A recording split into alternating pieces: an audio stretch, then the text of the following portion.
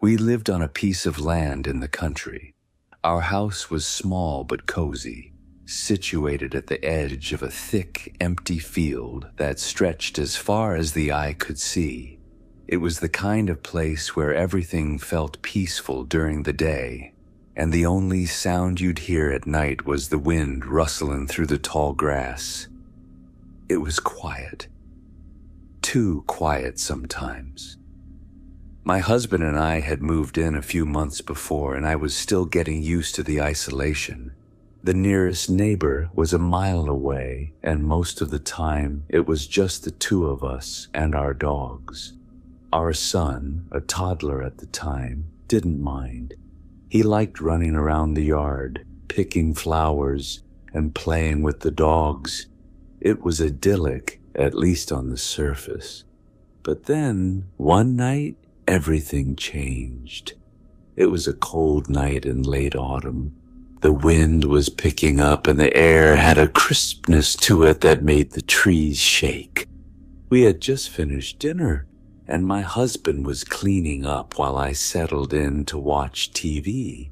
Our son had already gone to bed, and the house felt silent, except for the occasional creak of the wooden floors. I was sitting on the couch, half watching the show, when I suddenly felt uneasy. At first I couldn't place it. Maybe it was the weather or the way the wind howled outside, but something didn't feel right. It was like I was being watched, and the hairs on the back of my neck stood up. I tried to ignore it, chalking it up to nerves, but then I heard a soft sound, a knock. It wasn't loud or urgent, but it was there. A single knock coming from the front door.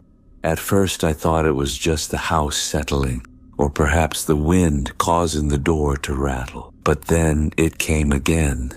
A soft, deliberate knock. My heart skipped a beat. Who could be knocking at this hour? We lived so far out, no one ever came by unannounced. I stood up slowly, trying to quiet my breath. I didn't want to wake up my son, so I tiptoed to the door. My husband had already turned the lights off and was in the other room, probably busy with the dishes, not noticing the strange sound. I peeked through the small window in the door, but the porch light cast only shadows. I couldn't make out anyone standing there. I opened the door, just a crack, heart racing, but there was no one there, not a single person in sight. I stood there for a moment, feeling a cold chill run down my spine. What the hell, I thought. Who was knocking? I stepped out onto the porch, still looking around, trying to find any sign of life, but there was nothing. No car in the driveway, no footprints in the dirt, just the cold night air and the sound of the wind. I felt a little foolish. Maybe I had imagined it. Maybe it had been the wind or my nerves. I closed the door and went back inside. But just as I sat back down on the couch, I heard something else, a tapping. This time it was coming from the large window that looked out onto the field. I froze. The window was just a few feet from where I sat. I slowly stood up and walked over, pulling the blinds just enough to peer through. And that's when I saw him. A figure, standing in the middle of the field, staring directly at the house. At first, I thought it was my eyes playing tricks on me. It was dark out, and the only light came from the faint glow of the moon. The figure was tall, almost unnaturally so, and his posture was stiff, his head slightly tilted, as though he was studying the house. There was something unsettling about the way he stood there, perfectly still, in the middle of the field. I couldn't make out his face, but the way he didn't move was almost predatory. I felt a rush of panic. Who was that? I quickly backed away from the window, my heart pounding in my chest. I told myself it was probably someone from a nearby farm. Maybe they had lost their way, but I couldn't shake the feeling that something wasn't right. I stood there, holding my breath, waiting, but the figure didn't move. He just stayed there, staring. I tried to convince myself it was nothing, just a person, maybe someone passing by.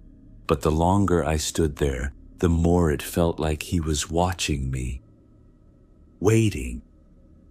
I pulled the blinds down and went back to the couch. I tried to distract myself by picking up my phone, but I couldn't shake the feeling. My body felt cold, and my stomach churned. I kept my eyes on the front door, but every few seconds I glanced toward the window. And that's when I heard it again. The tap, tap, tap. It came from the window, just as before. But now I could hear the footsteps, the crunch of dirt underfoot. The figure was moving closer. I ran to the front door and looked outside again, my heart racing. There was still no one there. But now I could hear something else. Footsteps, heavy and deliberate, crossing the yard, heading straight for the porch. The tap, tap, tap came again, louder this time. I backed away, panic rising in my throat. My hands trembled as I reached for my phone. I was about to call my husband, but before I could, the front door handle turned. The sound of it was faint, but it was unmistakable. Someone was trying to open the door. I couldn't breathe. I grabbed the nearest thing, my keys, my phone, anything to defend myself, and rushed to the living room, locking the door behind me. I didn't know what to do, but I knew I had to get my family out of there. I tried calling my husband, but the phone was silent. The line was dead. Just then, the power went out. I stood there, in the pitch-black house, feeling the weight of the darkness press in on me. And that's when I heard the voice. Soft, almost whispering, but still clear as day. I'm here. I looked around the room, my eyes wide with fear. But there was no one there.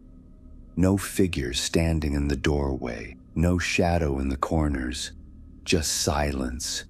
I don't know how long I stood there, but when I finally dared to open the door again, the figure was gone. There were no footprints in the dirt, no sign of anyone at all. The night was still, peaceful even. I moved out of that house a week later.